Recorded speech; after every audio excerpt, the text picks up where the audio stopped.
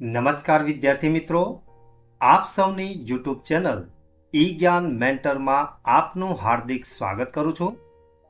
વિદ્યાર્થી મિત્રો, આજે આપણે ધોરણ 6ના નવા પાઠ્યપુસ્તક આધારિત સામાજિક વિજ્ઞાનના પાઠ 1 પૃથ્વી પર સ્થાનોની સ્થિતિના ભાગ 2ની આજે આપણે આ વિડીયોમાં ચર્ચા કરવાના છીએ.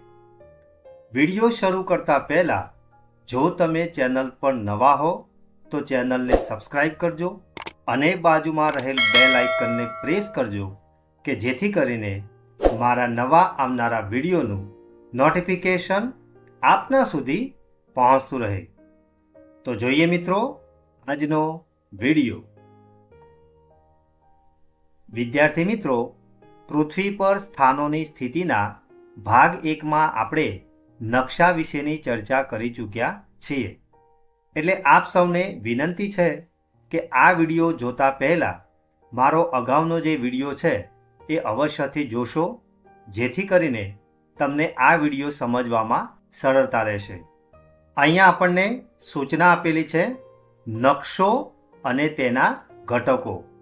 આપણે આ સરળ ઉદાહરણથી સમજી શકીએ છીએ કે નકશો એ કોઈપણ વિસ્તારનું પ્રતીકાત્મક નિરૂપણ અથવા ચિત્ર છે. ભલે તે એક નાનો વિસ્તાર, એ પછી ગામ અથવા નગર, કે પછી એક મોટો વિસ્તાર. માની લો કે તમારો જિલ્લો અથવા રાજ્ય અથવા ભારત જેવો મોટો દેશ હોય કે તે સમગ્ર વિશ્વ પણ હોઈ શકે છે. નકશામાં તમે સપાટીને ઉપરથી જોઈ રહ્યા હોય તેમ દેખાય છે. નકશાપોથી એટલે કે એટલાસ નકશાઓનું એક પુસ્તક કે સંગ્રહ છે. તો અહીંયા વિદ્યાર્થી મિત્રો, આ જે વિભાગ છે એમાં આપણે નકશો અને તેના ઘટકોની ચર્ચા કરવાના છીએ. તો કોઈપણ જે નકશો છે એ કોઈપણ જે વિસ્તાર હોય એ વિસ્તારનું પ્રતીકાત્મક નિરૂપણ છે, જેમાં તમે ગામ અથવા તો નગર હોય કે પછી તમારો જિલ્લો અથવા તો રાજ્ય પણ હોઈ શકે છે, અને છેલ્લે આપણો દેશ અથવા તો સમગ્ર વિશ્વ પણ હોઈ શકે છે. અને જ્યારે તમે નકશો જોતા હોય તો આપણે નકશાને જાણે ઉપરથી જોઈ રહ્યા હોય એમ આપણને દેખાય છે.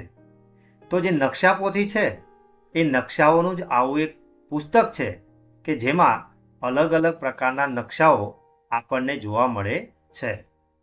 તમે આગળ જઈને જોશો કે નકશા ઘણા પ્રકારના હોય છે. એટલે કે નકશાના કયા કયા પ્રકારો છે એ અહીંયા આપણને બતાવવામાં આવેલું છે. તો સૌથી પહેલાં છે ભૌતિક નકશા, એટલે કે ફિઝિકલ મેપ્સ, જે મુખ્યત્વે કુદરતી બાબતો જેવી કે પર્વતો, મહાસાગરો અને નદીઓને દર્શાવે છે. ઉદાહરણ તરીકે પાઠ્યપુસ્તકમાં આકૃતિ આપણને 5.2 આપેલી છે, જે અહીંયા તમને બાજુમાં ચિત્રમાં તમને દેખાય છે એ પ્રમાણેની આપણને આપેલી છે. એમાં તમે જોશો કે અહીંયા આપણને હિમાલય જે પર્વત છે એ આપણને બતાવેલો છે. ત્યાર પછી અલગ અલગ જે નદીઓ છે એ નદીઓનું પણ અહીંયા આલેખન કરવામાં આવેલું છે. ત્યાર પછી નીચે અરબ સાગર છે અને એની બાજુમાં બંગાળનો ઉપસાગર એટલે કે બે ઓફ બેંગાલ એ પણ આપણને દર્શાવેલું છે. એટલે કે ફિઝિકલ જે મેપ છે, ભૌતિક જે નકશા છે, એ આપણને મુખ્યત્વે આ જે પર્વતો હોય, મહાસાગરો હોય અને નદીઓ હોય એ આપણને બતાવે છે. ત્યાર પછી બીજા નકશા છે રાજકીય નકશા, એટલે કે પોલિટિકલ મેપ્સ, એટલે કે દેશો અથવા રાજ્યો, સરહદો, શહેરો વગેરે દર્શાવે છે. ઉદાહરણ તરીકે બધા રાજ્યો હોય, કેન્દ્ર શાસિત પ્રદેશો હોય અને તેમનું પાટનગર દર્શાવતો ભારતનો એક નકશો, એટલે કે રાજકીય નકશામાં આપણને આપણો જે દેશ હોય એ દેશ અથવા તો એના જે રાજ્ય હોય એ પણ બતાવે, કેન્દ્ર શાસિત જે પ્રદેશો હોય એ પણ આપણને બતાવે છે. તો અહીંયા વિદ્યાર્થી મિત્રો આ છે પોલિટિકલ મેપ ઓફ ઇન્ડિયા એટલે કે રાજકીય નકશો છે, જેમાં આપણને અલગ અલગ જે રાજ્યો છે એ પણ દર્શાવેલા છે. અને પડોશી આપણા જે દેશો છે એ છે અફઘાનિસ્તાન, પછી અહીંયા ચાઇના આપેલું છે. તો પડોશી જે દેશો હોય એનું પણ નિરૂપણ આ રાજકીય નકશામાં કરવામાં આવેલું હોય છે. ત્રીજા પ્રકારના નકશા છે વિષય આધારિત નકશા એટલે કે થેમેટિક મેપ્સ, જે ચોક્કસ પ્રકારની માહિતી પ્રદાન કરે છે. ઉદાહરણ તરીકે પાઠ્યપુસ્તકમાં આકૃતિ 6.3 અને 8.1 આપણને આપેલી છે, જેમાં આપણને ચોક્કસ માહિતી મળે છે. જેવી કે અહીંયા આપણને ભારતના જે જુદા જુદા પ્રદેશોમાં જે અનાજ અને કઠોળ જે થાય છે એના ઉદાહરણ તરીકે આ નકશો આપેલો છે. તો એમાં જો અહીંયા ચણા આપેલા છે, મગ દાળ છે. તો આ પ્રકારના જેટલા પણ કઠોળ અથવા તો જે પાક થાય છે એના વિશેની માહિતી અહીંયા આપેલી છે. તો આવા જે નકશાઓ હોય એને વિષય આધારિત નકશા કહેવામાં આવે છે. કોઈપણ નકશામાં 3 મુખ્ય ઘટકો હોય છે: અંતર, દિશા અને રૂઢ સંજ્ઞાઓ. તમે આકૃતિ 1.1 જોઈને પહેલા 2 વિશે અગાઉ શીખ્યા છો. ચાલો હવે આપણે વધુ ચોક્કસ રીતે વ્યાખ્યાયિત કરીએ. તો અહીંયા આપણને જે 3 મુખ્ય ઘટકો છે અંતર, દિશા અને રૂઢ સંજ્ઞાઓ, એના વિશે આપણે જોવાનું છે. શું તમને ક્યારે આશ્ચર્ય થયું છે કે એક વિશાળ વિસ્તારને કાગળના નાના ટુકડા પર કેવી રીતે રજૂ કરી શકાય છે? તે નકશાના પ્રમાણ માપની મદદથી કરવામાં આવે. ચાલો આપણે એક નાના શહેરના નકશા તરફ પાછા ફરીએ. ચિત્ર 1.1. જેમ કે અહીં છપાયેલો નકશો જુઓ. તેની પ્રત્યેક સેન્ટીમીટર સપાટી પર એક ચોક્કસ અંતરનું પ્રતિનિધિત્વ કરે છે. તો અહીંયા આપણે જે પહેલો જે નકશો હતો 1.1માં એમાં આપણને જે નકશો બતાવેલો છે એ પ્રત્યેક જે માપ છે એ સેન્ટીમીટરમાં આપેલું છે. હવે ધારો કે એ 500 મીટર છે, આનું જે અંતર છે એ 500 મીટર છે. તો આપણે કહી શકીશું કે તેનું જે પ્રમાણ માપ છે એ 1 સેન્ટીમીટર બરાબર 500 મીટર છે. તો આ જે નકશો આપેલો છે એ નકશામાં આપણે સેન્ટીમીટરમાં એનું માપ કાઢવાનું હોય છે, જેને પ્રમાણ માપ કહેવામાં આવે છે. હવે આ પાઠ્યપુસ્તકના પ્રકરણ 5ના ચિત્ર 5.2માં ભારતનો નકશો જુઓ. તો એ અહીંયા આપણને આપેલો છે. તો અહીંયા આ પ્રમાણ માપને નીચે ડાબી બાજુના ખૂણામાં એક માપપટ્ટી દ્વારા દર્શાવેલ છે, જેની લંબાઈની ઉપર 500 અને કિનારા પર કિલોમીટર લખેલ છે. એટલે કે જુઓ અહીંયા વિદ્યાર્થી મિત્રો, અહીંયા તમને એ લખેલું દેખાય છે, જેમાં ઉપર 500 લખેલા છે અને બાજુમાં એટલે કે કિનારા ઉપર કિલોમીટર લખેલા છે. તો એનો સીધો અર્થ શું થશે? તો જે માપપટ્ટી મુદ્રિત નકશામાં 2.5 સેન્ટીમીટરનું માપ લે છે તે સપાટી પરના 500 કિલોમીટરને દર્શાવે છે. એટલે કે અહીંયા 2.5 સેન્ટીમીટરનું જે માપ છે એ માપ આપણને 500 કિલોમીટરનું માપ દર્શાવે છે. તેથી નકશા પર ચિહ્નિત થયેલ કોઈ પણ 2 બિંદુઓ વચ્ચેનું વાસ્તવિક જે અંતર છે એ નકશા દ્વારા ઉપયોગમાં લેવાતા પ્રમાણ માપ પર આધારિત હોય છે. એટલે કે પ્રમાણ માપ જે છે એ કોઈ પણ નકશાને સમજવા માટે ખૂબ જ જરૂરી છે. એટલે જ્યારે પણ તમે નકશો જુઓ તો એનું પ્રમાણ માપ કેટલું છે એની આપણને ખબર હોવી જોઈએ તો આપણે બે જે સ્થળો છે એ સ્થળો વચ્ચેનું ચોક્કસ જે માપ છે એટલે કે એનું જે અંતર છે એ આપણે જાણી શકીએ છીએ. હવે વિદ્યાર્થી મિત્રો, ત્યાર પછી આપણે આગળ જોઈએ. અહીંયા આપણને સૂચના આપેલી છે કે ચાલો શોધીએ.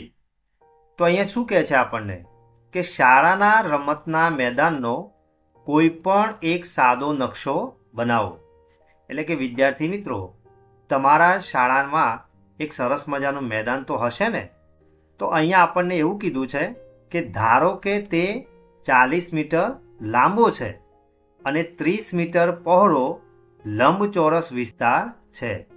એટલે કે તમારા શાળામાં જે મેદાન છે એ મેદાનનું અહીંયા આપણને અંતર આપેલું છે. એટલે કે એનો જે માપ છે એ આપણને આપેલું છે.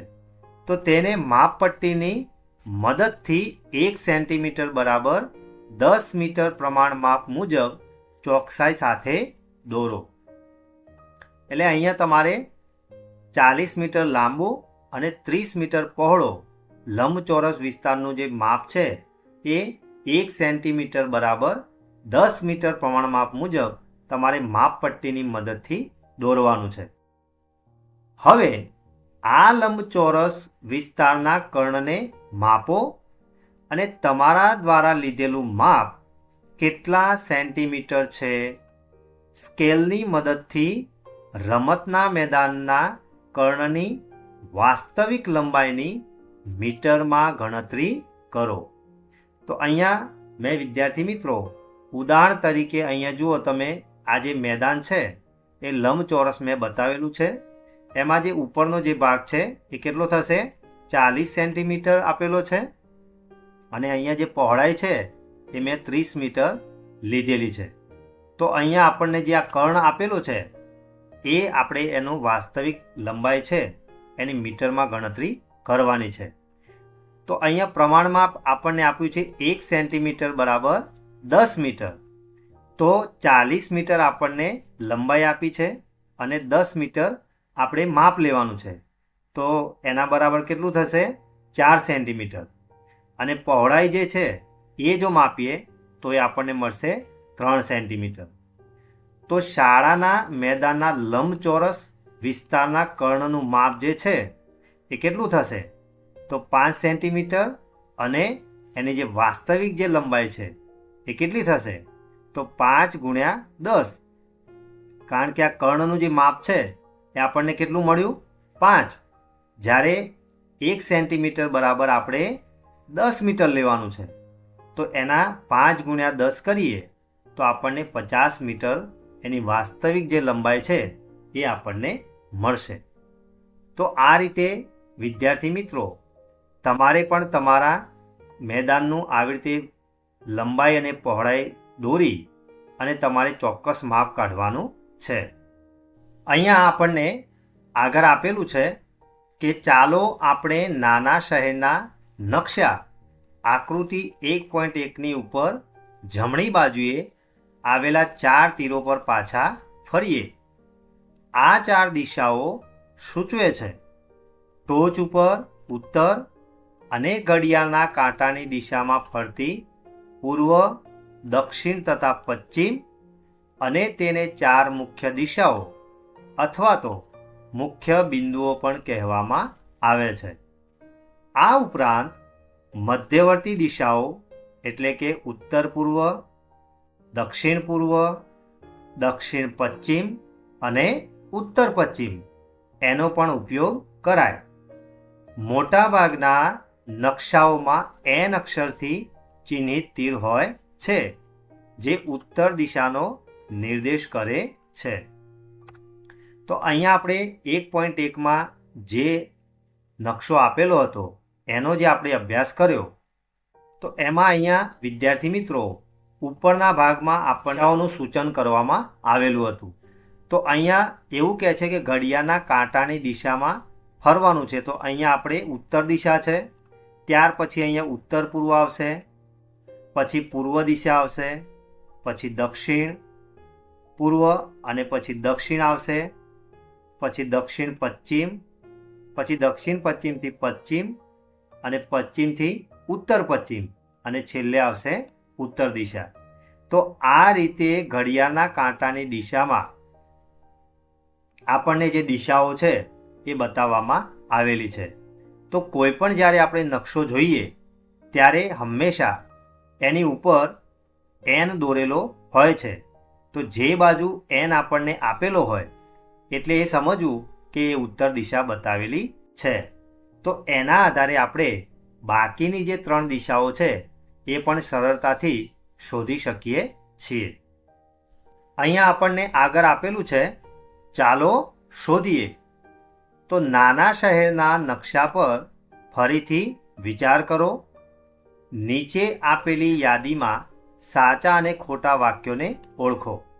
તો અહીંયા ફરી પાછો આપણે 1.1માં આપણને જે શહેરનો નકશો આપેલો છે એનો આપણે ફરીથી વિચાર કરવાનો છે અને અહીંયા જે પ્રશ્નો આપેલા છે એના આપણે ઉત્તરો લખવાના છે.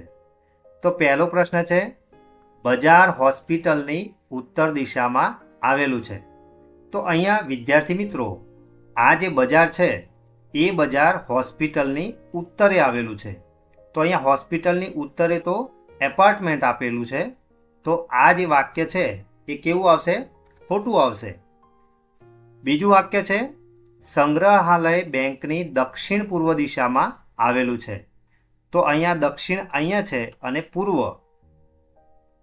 તો આ જે વિભાગ છે એ વિભાગમાં સંગ્રહાલય જે છે એ બેંકની દક્ષિણ પૂર્વમાં આવેલું હોવું જોઈએ. તો અહીંયા બેંક છે અને એની નીચે અહીંયા આપણને સંગ્રહાલય આપેલું છે. તો પ્રશ્ન એવો કર્યો છે કે સંગ્રહાલય જે છે એ બેંકની દક્ષિણ પૂર્વ, એટલે આ વાક્ય કેવું આવશે? સાચું આવશે, કારણ કે એ દક્ષિણ પૂર્વમાં જ આવેલું છે.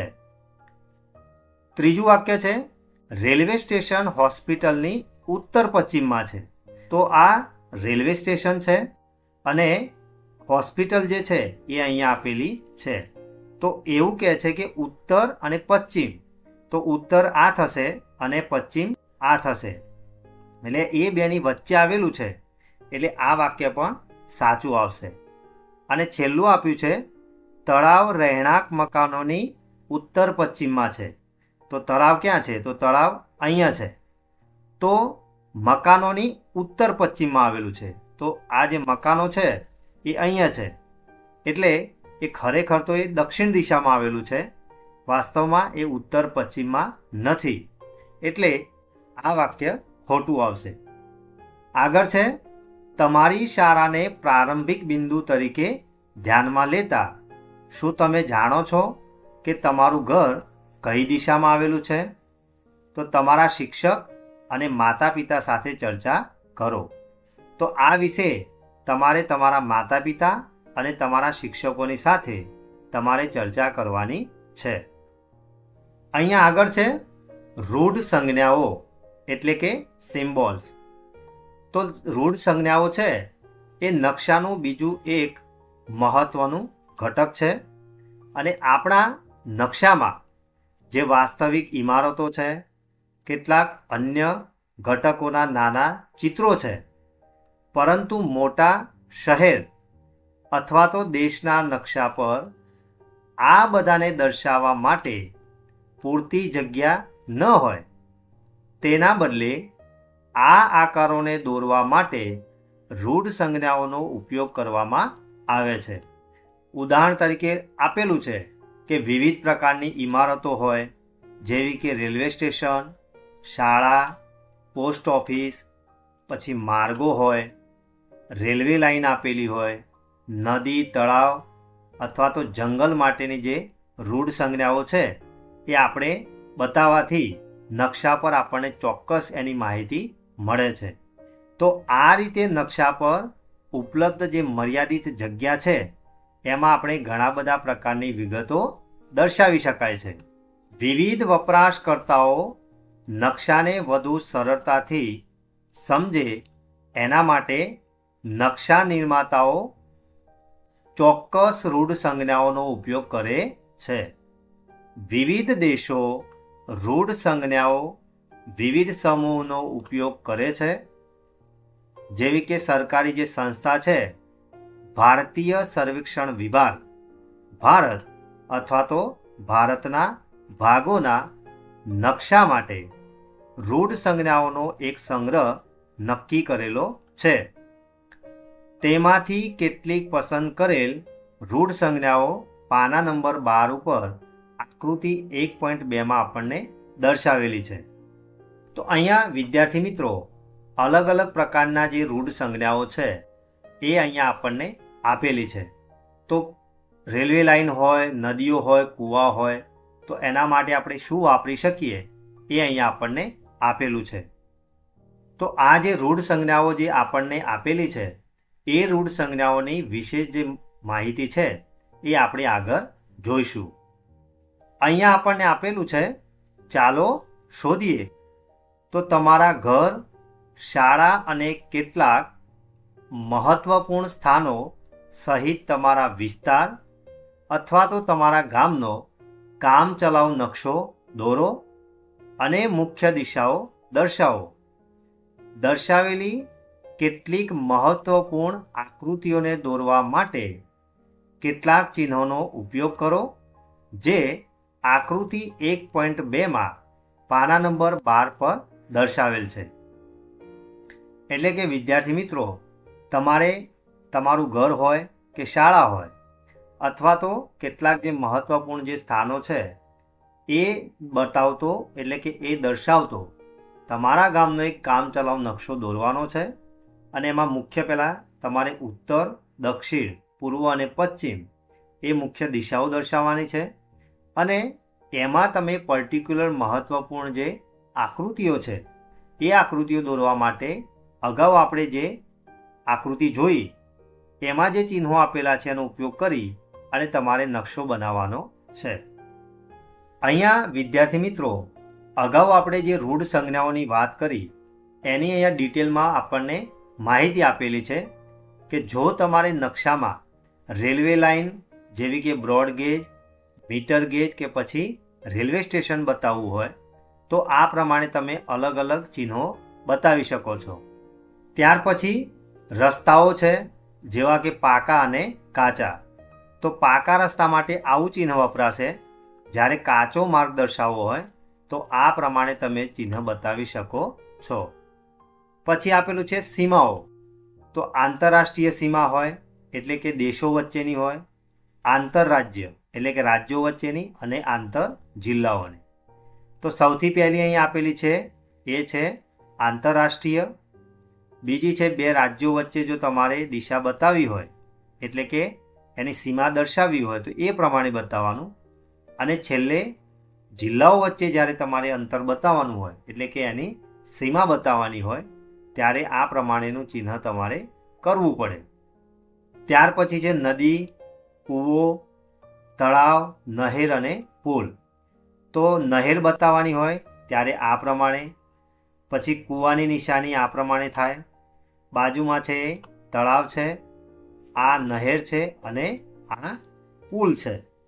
ત્યાર પછી મંદિર, ચર્ચ, મસ્જિદ અને છત્રી એટલે કે ઉપર જે છત્રી જેવો ભાગ હોય એ દર્શાવવા માટે તમારે આ પ્રમાણેના જે ચિહ્નો આપેલા છે એ ચિહ્નોનો તમારે ઉપયોગ કરવાનો હોય છે. ત્યાર પછી જો પોસ્ટ ઓફિસ છે, પોસ્ટ અને ટેલિગ્રામ છે અને પોલીસ સ્ટેશન છે તો એના માટે તમારે આ રીતે ટેક્સમાં પીઓ એટલે કે પોસ્ટ ઓફિસ, પોસ્ટ અને ટેલિગ્રામ ઓફિસ હોય તો પીટીઓ દર્શાવવાનું અને પોલીસ સ્ટેશન હોય તો પીએસ દર્શાવવું પડે છે. ત્યાર પછી કોઈ વસાહત હોય, કબ્રસ્તાન હોય તો આ પ્રમાણેના તમે ચિહ્નો એ નકશામાં બતાવી શકો છો. અને છેલ્લે વૃક્ષો અને ઘાસ હોય તો વૃક્ષો બતાવવા માટે આ પ્રમાણે તમે નકશામાં ચિહ્નો બતાવી શકો છો. તો આ પ્રમાણેના જે રૂઢ સંજ્ઞાઓ છે એ દર્શાવી અને આપણે એક સરસ મજાનો નકશો બનાવી શકીએ છીએ જેનાથી આપણને ચોક્કસ સ્થળ વિશેની માહિતી આપણને મળી શકે છે.